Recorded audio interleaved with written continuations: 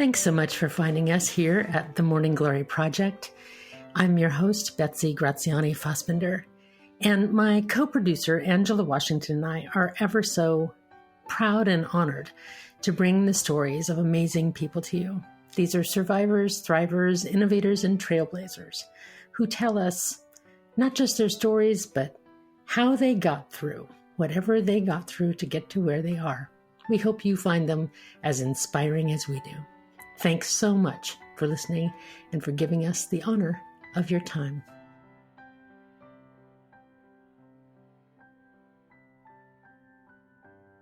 I am so happy today to welcome to the Morning Glory Project, Laura Talmus. Now, Laura came to me in a way that guests are now beginning to come to me, which is that somebody, a listener, a past guest, an acquaintance, somebody calls her, taps me on the shoulder and says, hey, there's somebody you need to talk to. And Laura is one of those people.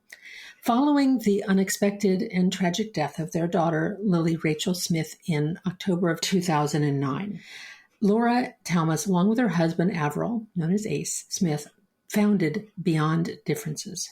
Passionate about bringing awareness to the issue of adolescent social isolation, Laura is the full-time executive director of Beyond Differences. It's a student-led social justice organization dedicated to ending social isolation among middle school students. Beyond Differences' social emotional learning curriculum is now used in over 9,000 schools across 50 states.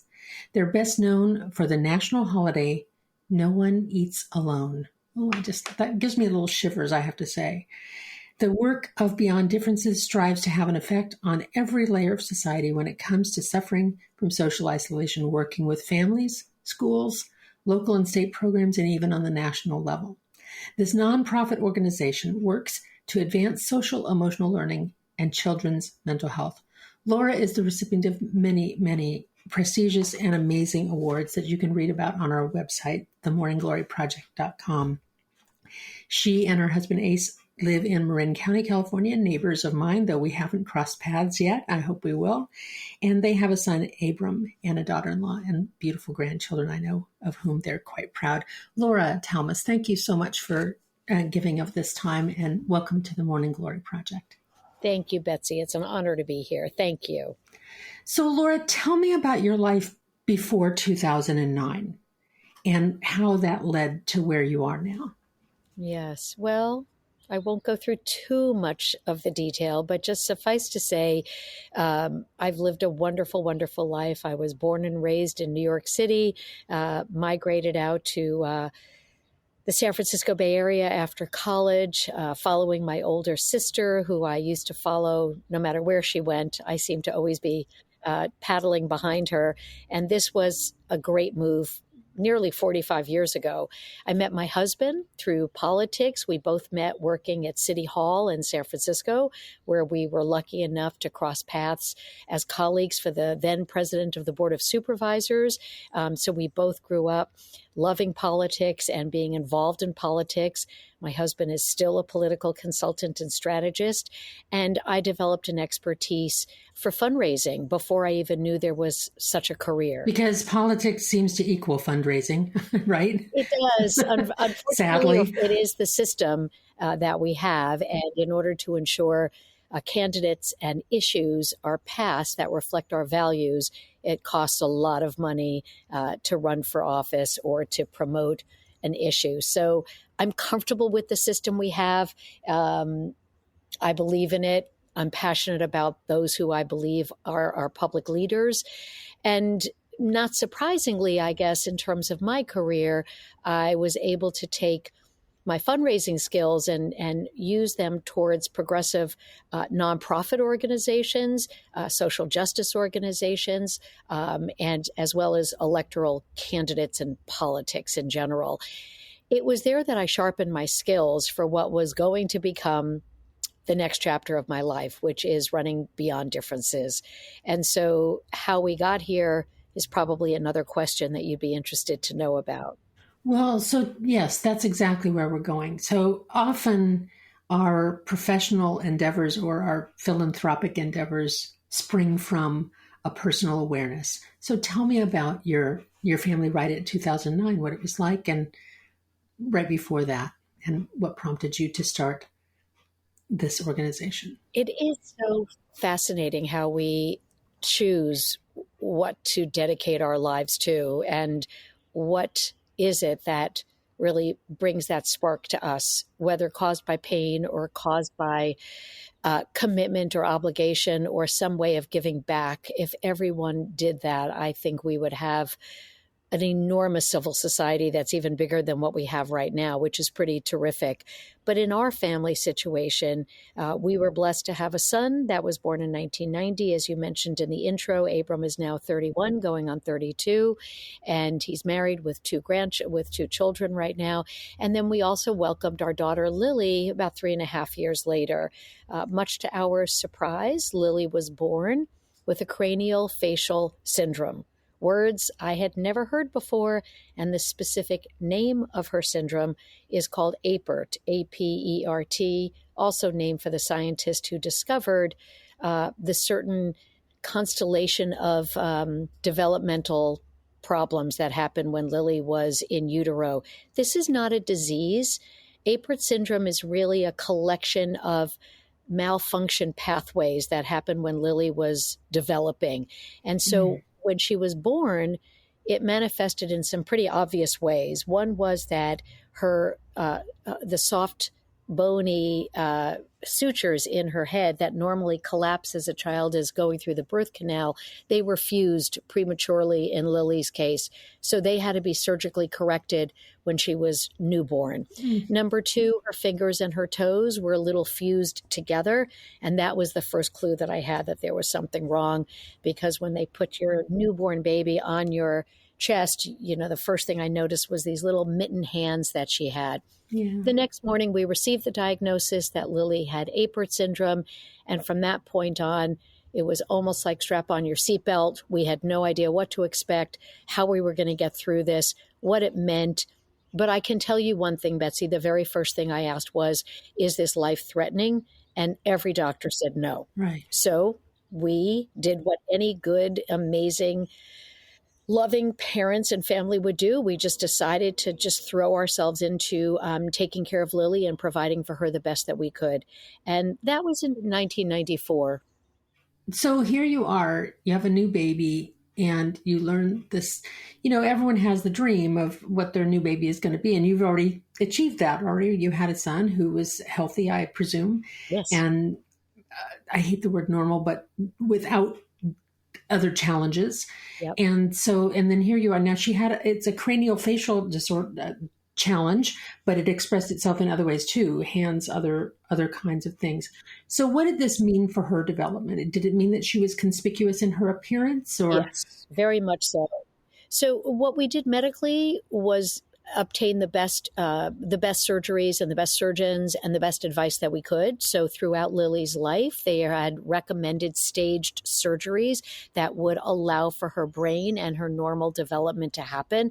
That was unquestionably a blessing to live near institutions such as UCSF and other medical centers. So on the one hand, that was challenging to go through all the medical issues. But on the other hand, you just put your faith in these children and they are so resilient. And so Lili was such a happy little baby that no matter what she seemed to be going through, she would wake up every day and just be like this beautifully, beautiful little child.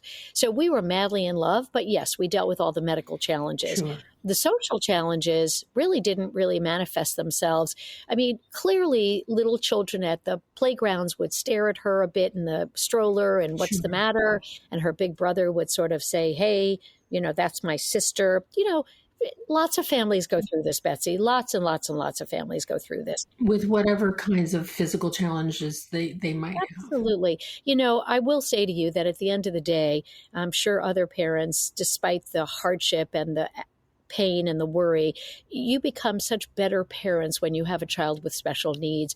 There's just another gear that kicks in where you are not only a warrior parent or mom in my case, but a fabulous, open-hearted, spirited, loving, compassionate person that has to welcome everyone with differences, whether it's other children or your own child, and then you begin to explain those differences to other children who are curious. So there's a path that unfolds in front of you that you just walk. And you figure it out kind of one day at a time, I'm guessing, as you learn these things. It also strikes me, particularly when you have a child whose condition is conspicuous to others, that it affords you an opportunity to connect in an intimate way, but it also, I can imagine under some circumstances that made Lili. Did it make Lili uncomfortable? Did she, as she grew a little older, as she got past elementary school, when kids might be a little more accepting? Because I noticed that your focus is on middle school years. Tell me a little bit about that and how it expressed in terms of social life for her and for your family. So for her early childhood, as you indicated, no differences were noticed among the children that she grew up with, nor among herself. We treated her just like we treated our son. He treated his little sister just like he would expect any big brother. He forced her to go out and play basketball and run laps around the block and do things she never wanted to do, but she did it anyway.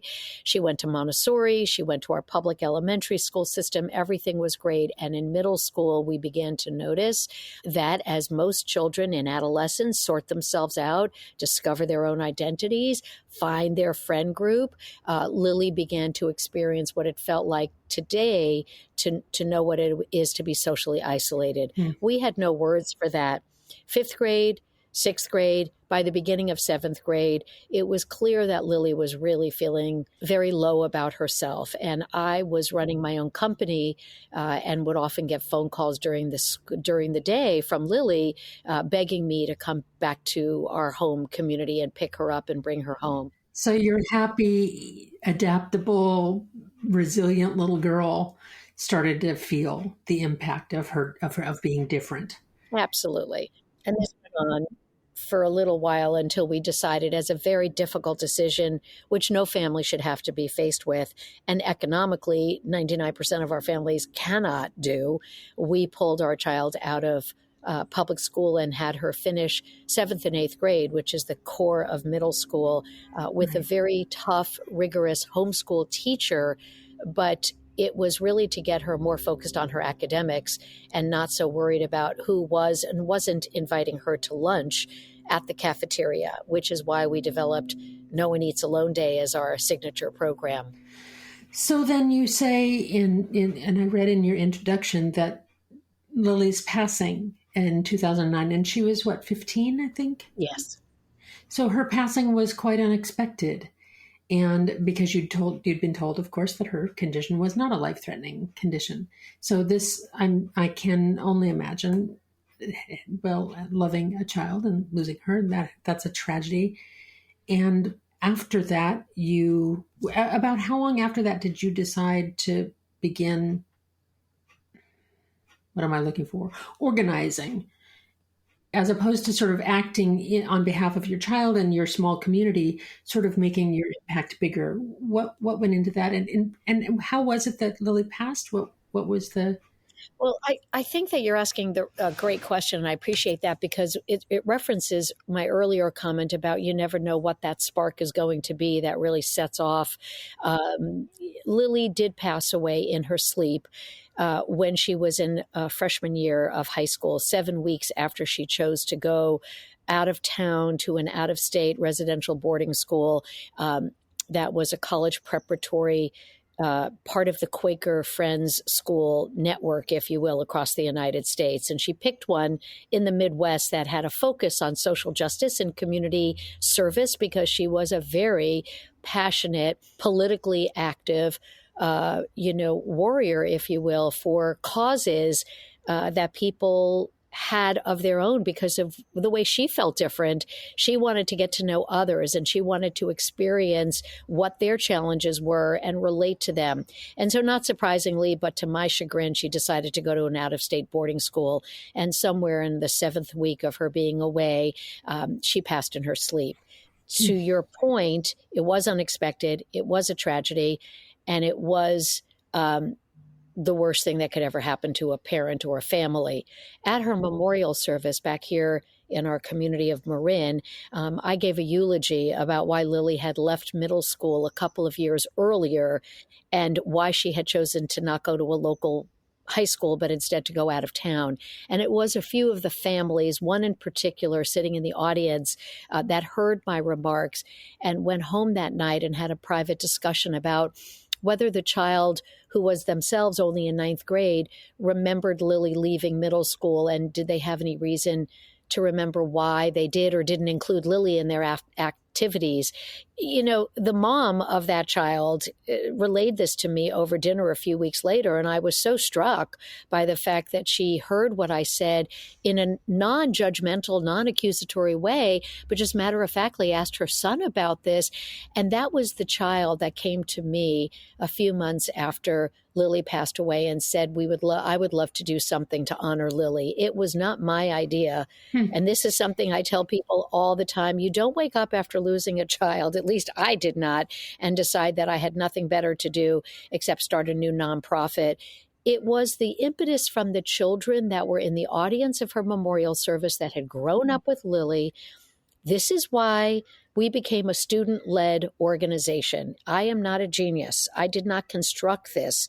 The construction was made by the children themselves who reached out to me, and I was astute enough and loved them enough and loved my daughter enough to feel that there might be something that we could do together.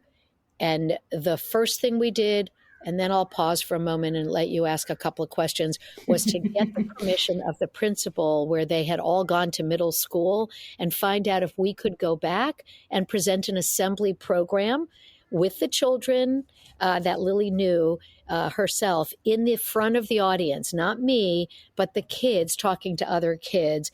And I stood there watching the response from the children in the audience, realizing it wasn't just Lili who felt this way. You may not look different. It may not be obvious, but there are children all over our country and all over our community who come to school every day feeling as if they're invisible. They don't feel like they connect with others. They don't feel a sense of belonging, and their identity is not appreciated and recognized. And I can't think of anything more painful in life than feeling as if you are not fitting in, or not feeling as if not fitting in can be accepted and celebrated. Well, we're social creatures, even the introverts among us. We have our need to connect to others. What inspires me about the story you just told, Laura, and I didn't know that part, is that simply telling the story of what happened to Lili, even at her memorial, connected that story to other people. Again, not in a finger waggy, scoldy kind of a way, but just stating the facts of what went on. I'm just a believer in telling the stories that we live, and that it connects people to what we do. And then you say, I'm not a genius, but you're kind of a genius to think to be without ego enough to recognize that this, if it was student led, it was going to be able to be more palatable than yet another mom standing in front of yet another group of kids telling them what they ought to be doing. So there's something quite genius about employing that as a strategy and a philosophy, really, that is really quite moving. So essentially in Lili's memory, inspired by her life, her social justice ideas, and her loss, you began this work. And so tell me about what Beyond Differences does. So I see that it's a student-led deal, and tell me about that No One Eats Alone Day. I love that. It's grown. We are a very nimble nonprofit organization that responds astutely to what's happening in the world.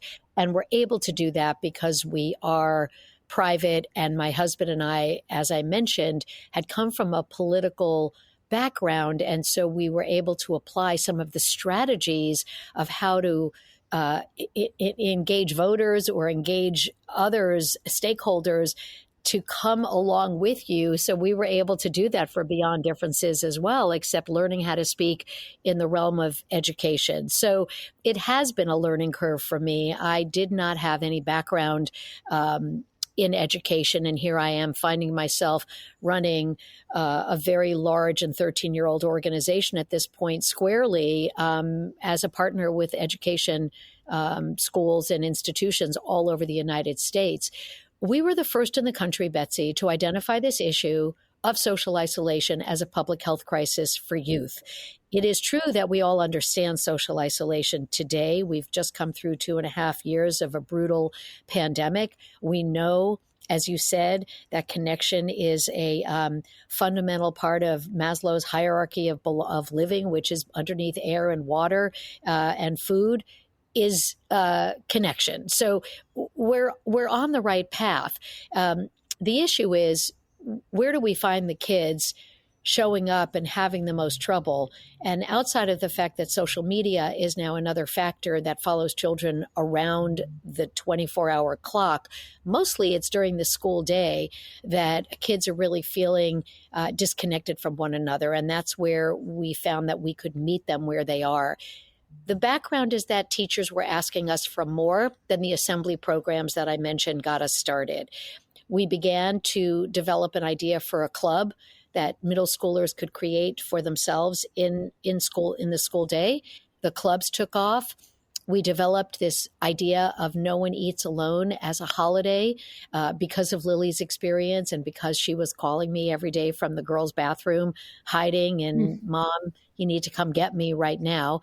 So No One Eats Alone became a signature program of ours. We now are an incredibly sophisticated organization with 13 full-time staff, including PhDs and others who are social emotional learning experts, who are curriculum experts, who are educators, who are champions of education reform and youth leadership developers. And so here's the bucket of work that we do. We have curriculum that we provide free of charge to teachers all over the United States. All you need to do is sign up on our website and you become part of our family. And we export everything that's new and current the moment it's off the presses. Wow. We wrap around the school year with a fall program called Know Your Classmates. We have the winter program called No One Eats Alone, and we deal with the advent of social media and its harm on children's social isolation in the spring called Be Kind Online. We also do training for educators now. We have professional development workshops all over the United States, from New York City to Dallas, Texas, Nashville, Tennessee, and everything in between. We also have a very robust youth leadership program. We started with youth. We are doubled down on our youth. And we have a national high school teen board of directors that was started by those scrappy little kids that came with me to that very first assembly. And here we are 13 years later. Those little children are now full-grown adults, and they're sometimes coming back to speak with me at conferences and to the new group of kids that are coming into the program today for the first time. So it's really become quite a large enterprise, and I also work very rigorously at the state and federal level on public policy to advance the issue of social isolation as a public health crisis, as well as to get social and emotional learning in the schools, because we are no longer luxuriously able to focus on academics without understanding the toll that mental health has taken on children before the pandemic, during the pandemic, and as we emerge from the pandemic. So it's all wrapped up. You were set up for this before, and the words coronavirus was even in anyone's awareness. And so I have two things that I want to ask. I want to ask a little bit more about not only the pandemic and how, I think that so many of us with loved ones and with kids got painfully aware of the effect of social isolation and how that, particularly as kids were stuck and through no power of their own. So there's the pandemic issue. And then there's also the social media factor. You say exacerbated. One would think, if one were naive, one would think that, for a socially isolated kid, social media could be an extra boost. That could be cool. That's a way for a kid that might be a little off or a little peculiar or a little socially awkward or whatever it might be. That might be their way into having a society or whatever. That isn't what largely happens, though. Can you tell me about what you see as the impact of social media on kids with respect to social isolation? It is mixed, Betsy. You're absolutely right to point out that teachers have reported that children that tend to be quieter and not quite as participatory in class discussions actually felt better behind the camera and were able to really blossom and come out and do well in school academically. So there is absolutely that. There is also the connection piece, using social media to stay in touch with friends, to create games online, to create art projects and journal writing and workshops. All of that is true. This is the world that we live in now, and the kids that are in our program have grown up in the digital age. So there's no question screens are a fact of life. The part that we take on is not being preachy, as you've talked about earlier. We don't wag our fingers. We understand that social media is a fact of life. What we do is we try to call out ways in which children may not be aware that their behavior online causes others to feel socially isolated. It could be small, innocuous things by not tagging somebody's name in a photograph. I'm making up the most basic ways that kids could feel like they were left out. But those things hurt. They create physiological responses. And if enough of those negative triggers occur, a child could really constantly be in a state of trauma around not being liked, not being accepted, not being included. Well, to say nothing of the fact that it can also go the route of bullying and those kind of, it can go in an extreme way too. We've taken on social media companies that have created platforms that allow for anonymous bullying and teasing that is incredibly hurtful and irresponsible. And so we've done a lot of activism in our organization to take that on. Mostly, though, we're not the organization like one of the other ones I think is the best in the world is Common Sense Media, who rates and helps parents understand what their kids should or should not be watching. We don't do that. What we do is try to connect the dots between social isolation and social media, social isolation and screen time.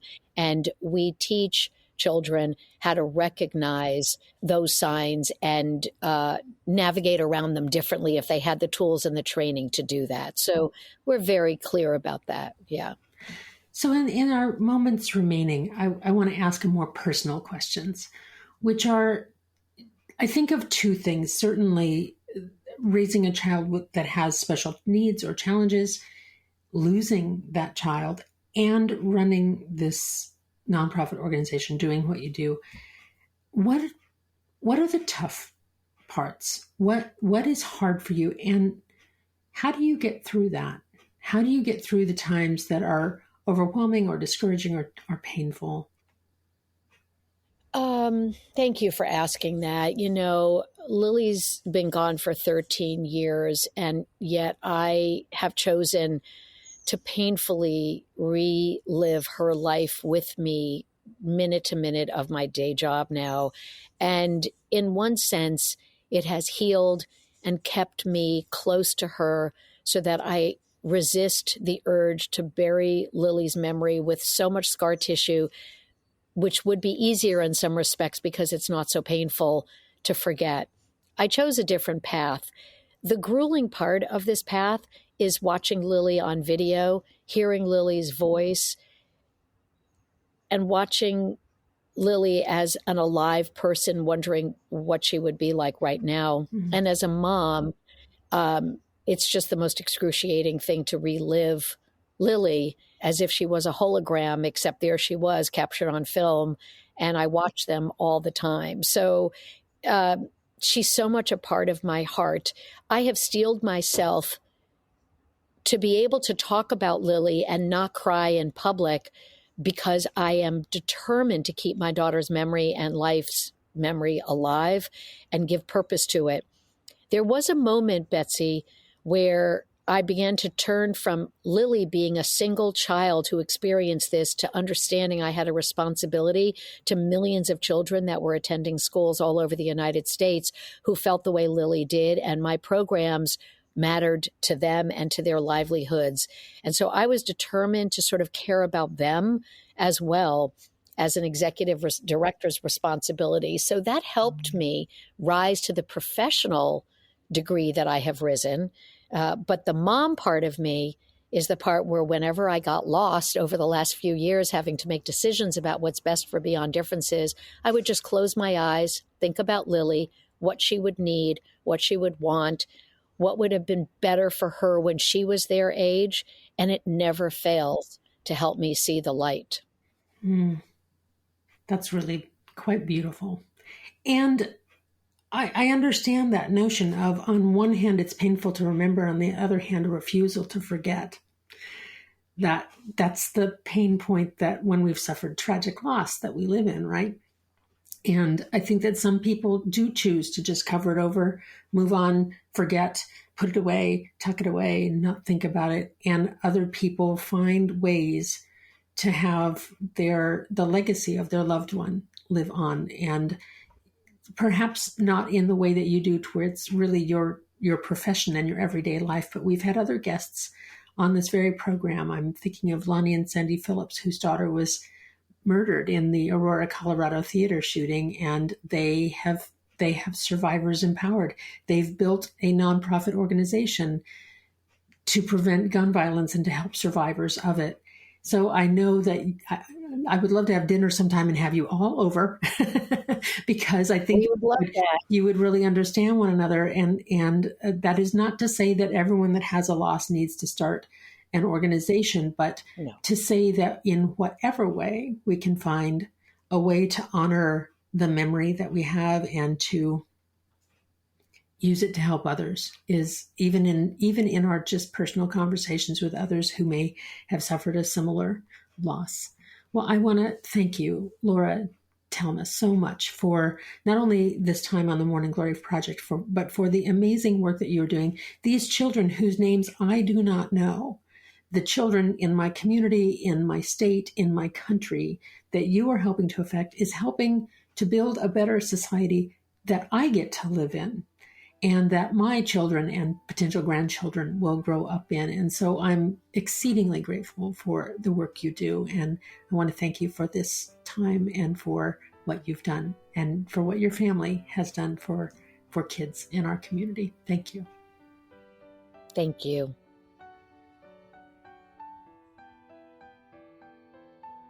Once again, after leaving a conversation with one of my guests on the Morning Glory Project, this one, Laura Talmus, I'm moved and in awe of how people make it through what they make it through.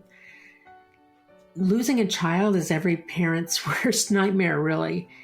And to endure that, but not just to endure it, to then make meaning of it. It made me really wonder, in terms of the extra blooms for me, what in my life that might be painful or joyful, for that matter, what can I do to make meaning of that for myself and for others around me? For some people, it's like it is with Laura, and that she made an organization of it. And for some of it, it's just about opening our hearts to neighbors or friends or family or loved ones or acquaintances or our community or our teachers or our kids, simply by sharing the story. It's a pretty nice extra bloom. I'm so impressed by what Beyond Differences does, and you can find out more about it by going to beyonddifferences.org. So that's going to have 2 D's in the middle of it, one word, but all smushed together like websites are, beyonddifferences.org, and find out whether you can contribute. Maybe you've got a few extra nickels in the couch cushions you can toss their way, or maybe you can contribute in a way in your own community, helping to bring the work that they do to your schools. That's some pretty good extra blooms for the day. Thanks so much for listening to the Morning Glory Project, and we treasure the gift of your time. And we hope for you to have a beautiful opportunity to bloom.